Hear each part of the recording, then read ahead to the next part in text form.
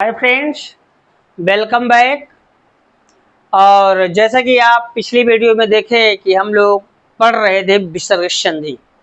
और विसर्ग संधि में पिछली वीडियो में 6 नियम हम लोगों ने सीखा है। आज हम लोग चर्चा करेंगे 7वें विसर्ग संधि का 7वां नियम।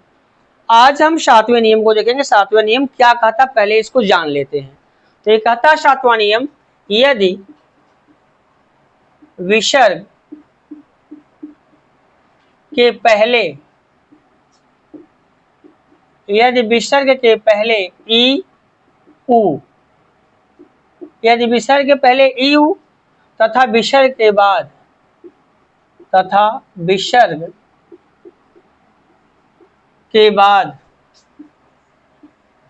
विसर्ग के बाद रा आए तो ई उ सहित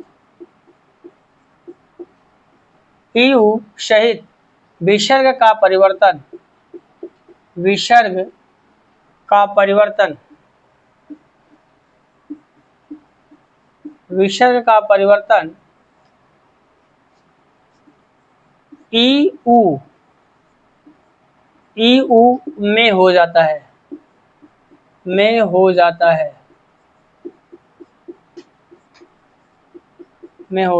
क्या समझिए आप, कहना क्या चाहता है नियम। कहता है यदि विसर्ग के पहले ई उ तथा विसर्ग के बाद रा आए तो ई उ सहित विसर्ग का परिवर्तन ई उ में हो जाता है। ऐसे समझिए, जब दो शब्द या पद एक दूसरे के पास हो और पहले शब्द का अंतिम वर्ण विसर्ग हो और विसर्ग से पहले लघु ई या लघु उ आया हो।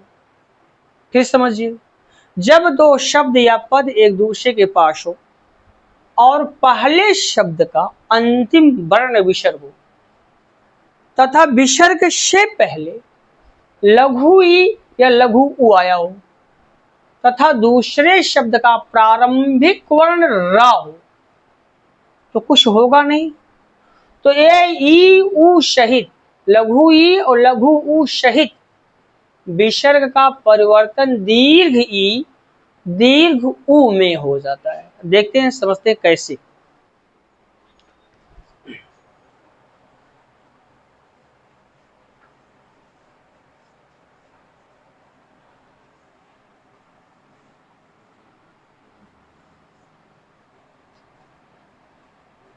यहां देखें, ये कहता है नि धन रोग।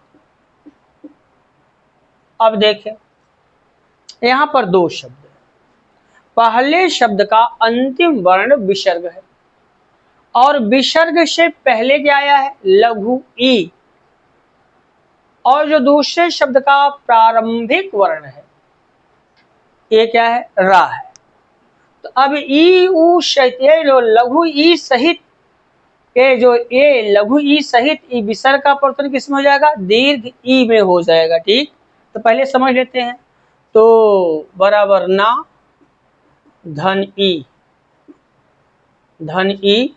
और धन विसर्ग और धन रो। अब ये समझे यहाँ पे।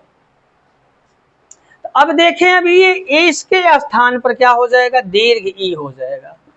तो बराबर हो जाएगा ना धन ई और धन रो। अब ए वाली जो ई है ये इसमें लगेगा, तो ये हो जाएगा नी और धन रो। तो बराबर हो जाएगा नी रो। अब यहां एक और एग्जांपल देख लेते हैं। निह धन रस, निह और धन रस। अब लें, यहां पर दो शब्द है। पहले शब्द का अंतिम वर्ण विसर्ग है और विसर्ग से पहले लघु ई आई है और दूसरे शब्द का प्रारंभिक वर्ण क्या है, रा है। तो अब सीधी सी बात, पहले इसको निकाल लेते हैं लघु ई को। तो ना धन ई और धन विसर्ग और धन रो रस। रस। अब देखें ए, इनके स्थान पे दीर्घ ई हो जाएगा, तो बराबर हो जाएगा न धन ई और धन रस। अब ए वाली ई जो है ए इसमें लगेगी तो हो जाएगा नी और धन रस, तो बराबर हो गया नीरस। नीरस, नीरस। एक और एग्जांपल देख लेते हैं यहाँ।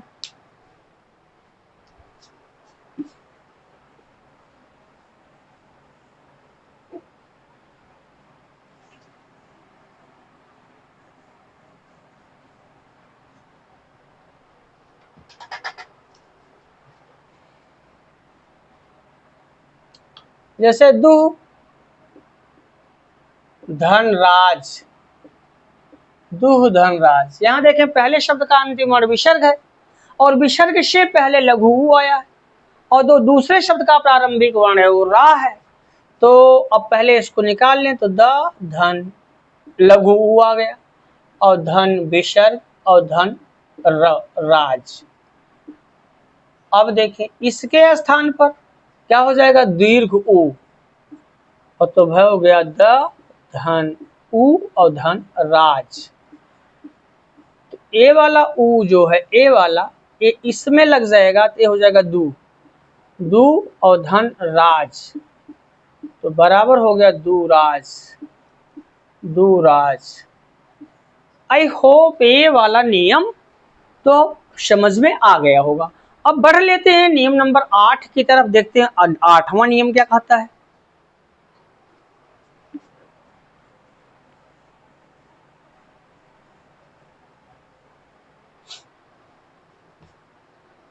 आठवां नियम को देखें, नियम नंबर 8। नियम नंबर 8 क्या कहता है, यदि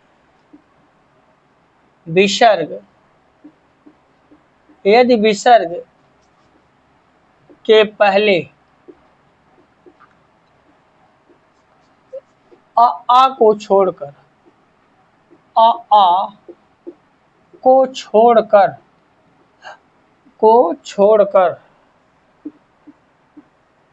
आ को छोड़कर कोई अन्य स्वर आए, कोई अन्य स्वर आए, अन्य स्वर आए और विसर्ग के बाद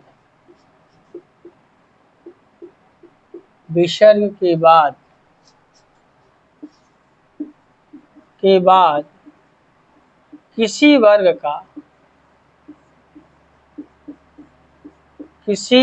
का तीसरा, चौथा, पांचवा वर्ण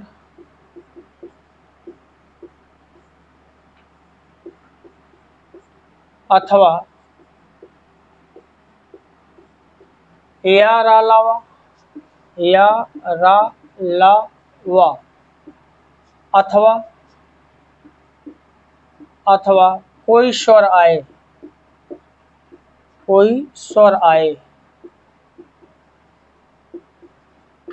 आए तो विसर्ग का परिवर्तन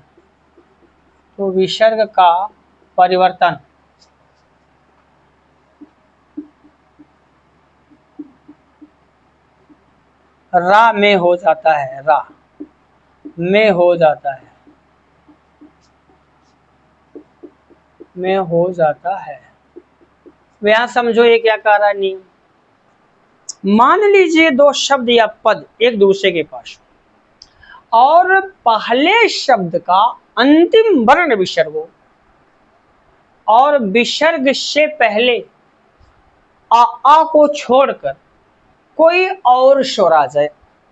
फिर समझिए, जब दो शब्द या पद एक दूसरे के पास हो और पहले शब्द का अंतिम वर्ण विसर्ग हो और विसर्ग से पहले आ स्वर ना हो, आ को छोड़कर कोई और स्वर हो तथा दूसरे शब्द का जो प्रारंभिक वर्ण हो वो किसी वर्ग का तीसरा, चौथा, पांचवा वर्ण हो, तीसरा वर्ण हो, चौथा वर्ण हो अथवा पांचवा वर्ण हो, अथवा इनमें से कोई ना होकर क्या हो, या रा ला वा में से कोई एक हो, अथवा ये भी ना होकर के कोई स्वर हो, तो विसर्ग का परिवर्तन रा में हो जाता है, आधा राम में हो जाता है। कैसे इसे देखते हैं?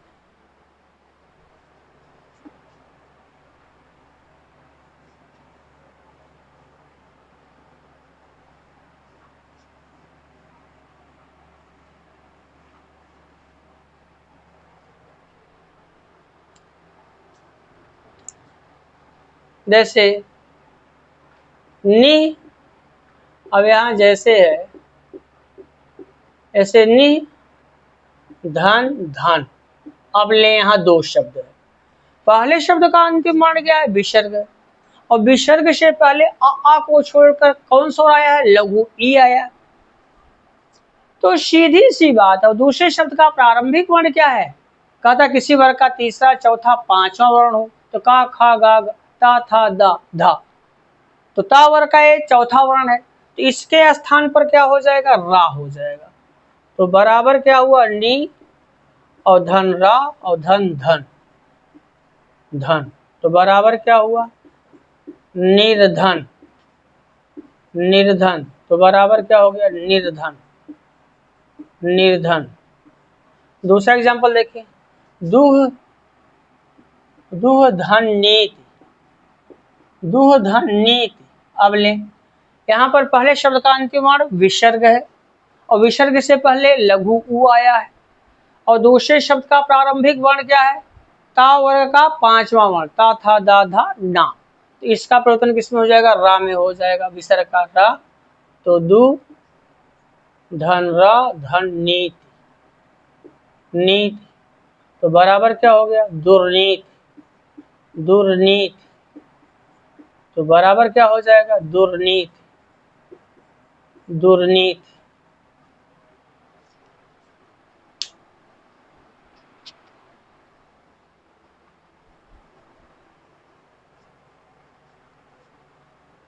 अब अगला देख लेते हैं एग्जांपल।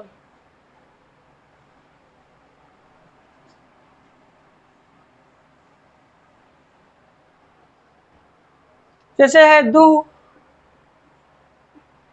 धन आत्मा। अब ले यहाँ पहले शब्द का अंतिम वर्ण क्या है, विसर्ग, और विसर्ग से पहले क्या आया है, लघु उ आया है, और जो दूसरे शब्द का प्रारंभिक वर्ण है वो स्वर है। तो नियम क्या कहता है, किसी वर्ग का तीसरा चौथा पांचवा वर्ण अथवा या अलावा में से कोई एक अथवा कोई स्वर आए, तो इसका परिवर्तन किसमें हो जाएगा, रा में हो जाएगा। ठीक, तो बराबर क्या हो गया, दु धन रा और धन आत्मा आत्मा। अब ले ए वाला इस रा में लगेगा तो पूरा रा पे आंख मंत्रा हो जाएगा, तो दु धन रा धन तमा बराबर क्या हो गया, दुरात्मा दुरात्मा दुरात्मा। एक और एग्जांपल लेते हैं, जैसे निधन आशा, निधन आशा, सेम कंडीशन यहाँ भी है, इसका परिवर्तन रा में हो जाएगा, तो बराबर नि धन रा धन आशा आशा। अब ये वाला आ इसमें लगेगा तो ये हो जाएगा रा, तो बराबर हो गया नि धन रा धन सा, तो बराबर क्या हो गया, निराशा निराशा। फिर कहता है नि धन आधार, नि धन आधार आधार, सेम कंडीशन यहाँ भी है, तो इसका परिवर्तन रा में हो जाएगा, तो बराबर हो जाएगा नि धन रा धन आधार आधार। ये वाला आ इसमें लगेगा तो ये हो जाएगा रा, तो बराबर नि धन रा धन धार बराबर निराधार, और निराधार निराधार।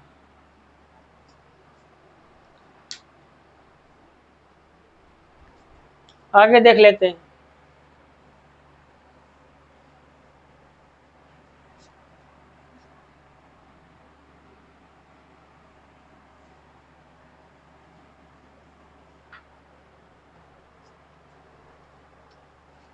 जैसे दु धन लब।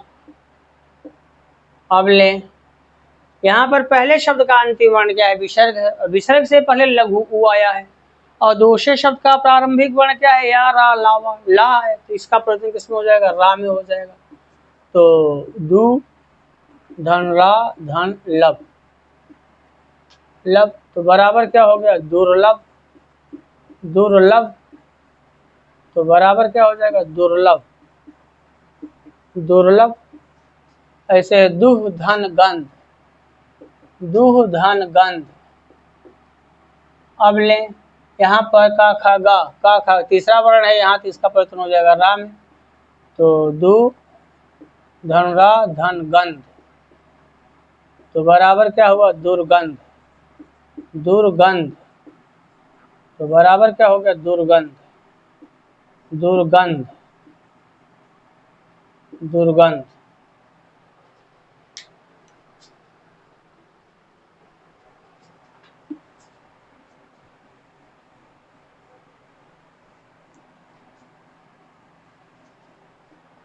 एक और एग्जाम्पल लें, आशी धनबाद, आशी, आशी धनबाद। यहाँ देखें पहले शब्द का अंतिम वर्ण विसर्ग है, और विसर्ग से पहले दीर्घ ई आई है, और यहाँ या रा ला वा आया है, ठीक, तो इसका परिवर्तन रा में हो जाएगा।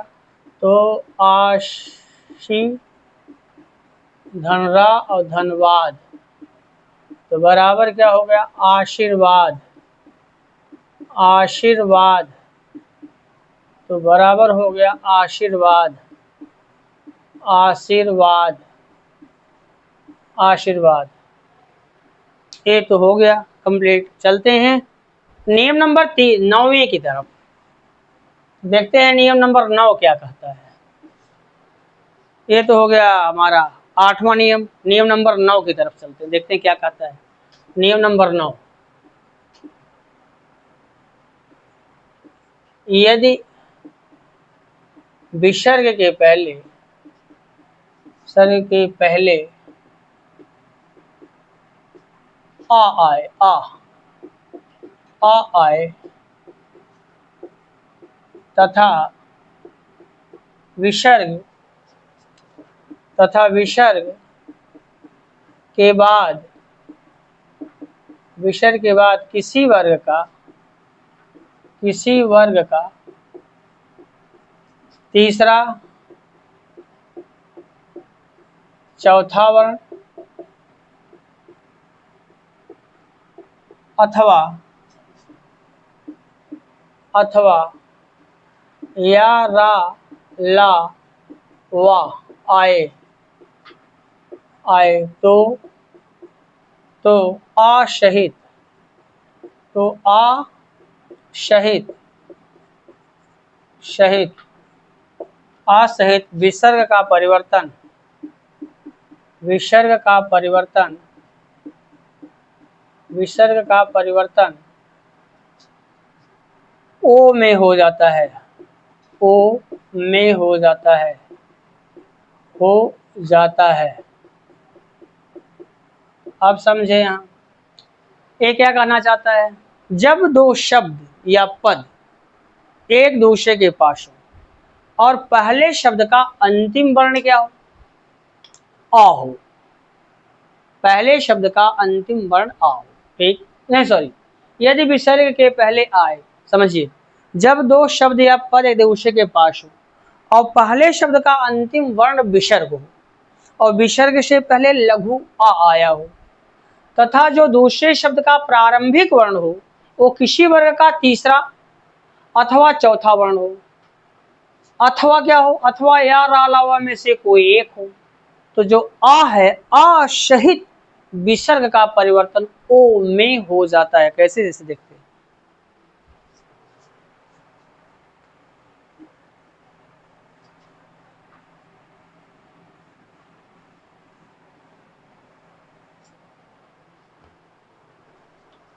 जैसे है मना, जैसे है मना धंजा।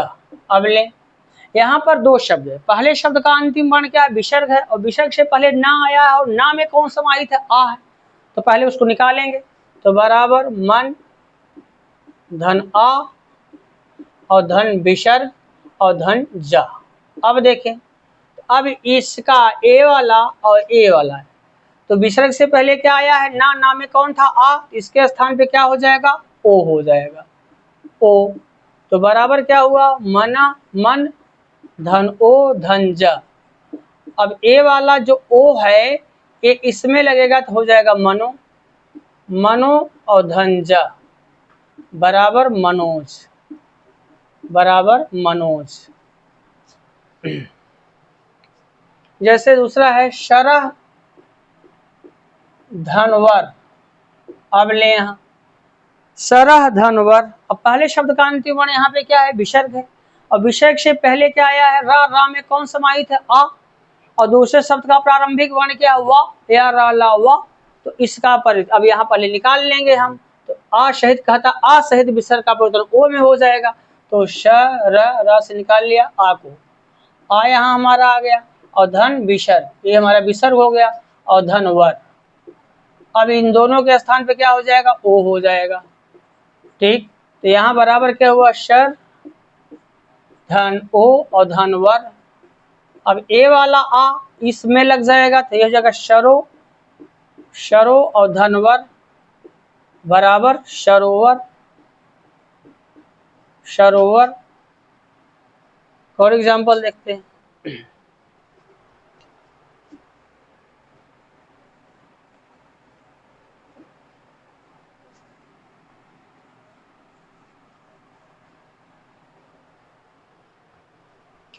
जैसे है मनः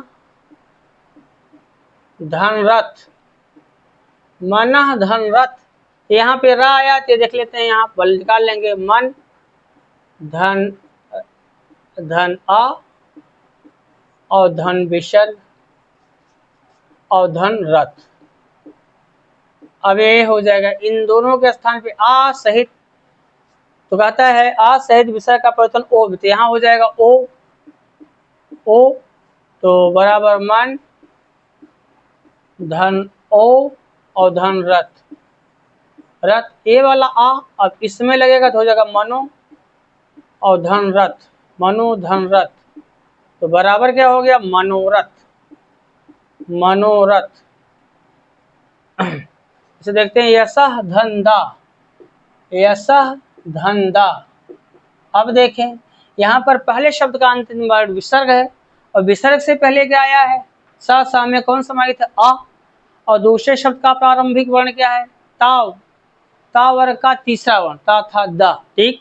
तो ये यहाँ निकाल लेंगे पहले, यशः, यश धन आ, पहले शब्द विसर्ग से पहले आ था, और धन विसर्ग और धन दा, इसके स्थान पे क्या हो गया, ओ, ओ, तो यशः यश धन ओ और धन दा। अब ए वाला इसमें लगेगा तो हो जाएगा यशो, यशो और धन दा बराबर यशोदा, यशोदा, यशोदा। अगला देख लेते हैं,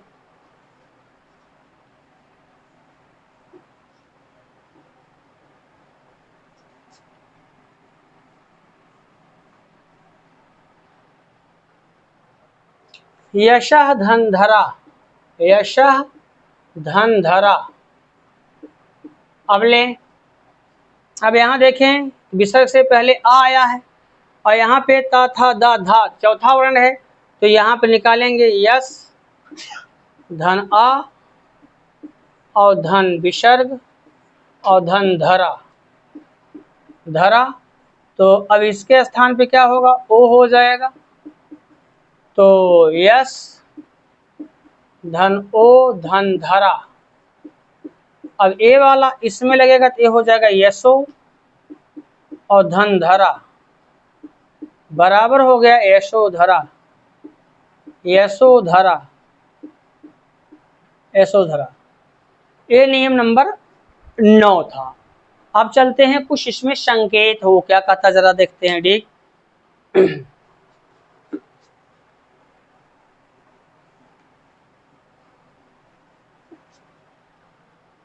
ये है संकेत, ये कहता है लेकिन पुनः और अंतः, पुनः और अंतः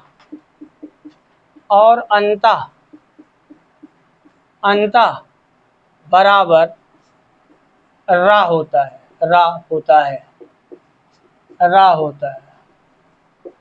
लेकिन पुनः और अंतः बराबर रा होता है। ठीक, अब इसका मतलब ये हुआ कि विसर्ग से पहले ना आया है और ना में कौन समाहित है, आ समाहित है। ठीक, और ताक में क्या समाहित है, ठीक, असमाहित है। लेकिन फिर भी अब यहाँ पे क्या जो अपवाद है उस नियम का, नियम नंबर 9 का, अब इनके स्थान विसर्ग के स्थान पे क्या हो जाएगा, रा हो जाएगा। ठीक, कैसे देखते हैं,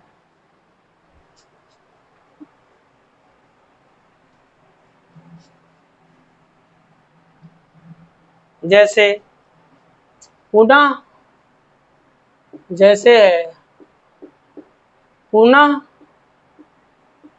धन जन। अब यहाँ देखें संकेत क्या बोलता है, यहाँ पहले शब्द का अंतिम वर्ण विसर्ग है और विसर्ग से पहले क्या आया है, रा, वो आया है, आ आया है। ठीक, तो अब यहाँ पर दूसरे शब्द का प्रारंभिक वर्ग चा छ जा, तीसरा वर्ग है, चा वर्ग का तीसरा वर्ग है। ठीक, लेकिन अब यहाँ पे क्या हो जाएगा, इसके स्थान पर रा हो जाएगा। ठीक, तो बराबर पुन धन रा और धन जन, तो बराबर क्या हुआ, पुनर्जन, तो बराबर क्या हो गया, पुनर्जन। जैसे यहाँ है अंतः धन धान, अब देखें यहाँ पहले शब्द का अंतिम वर्ण विसर्ग है और विसर्ग से पहले ता में कौन है, आ है, और वहां पे देखें तो दूसरे शब्द का प्रारंभिक वर्ण क्या है, ता वर्ग का चौथा वर्ण है। फिर भी अब यहाँ पे हो जाएगा रा, तो बराबर अंत धन रा और धन धान, तो बराबर हो गया अंतर्धान, तो बराबर क्या हुआ, अंतर्धान।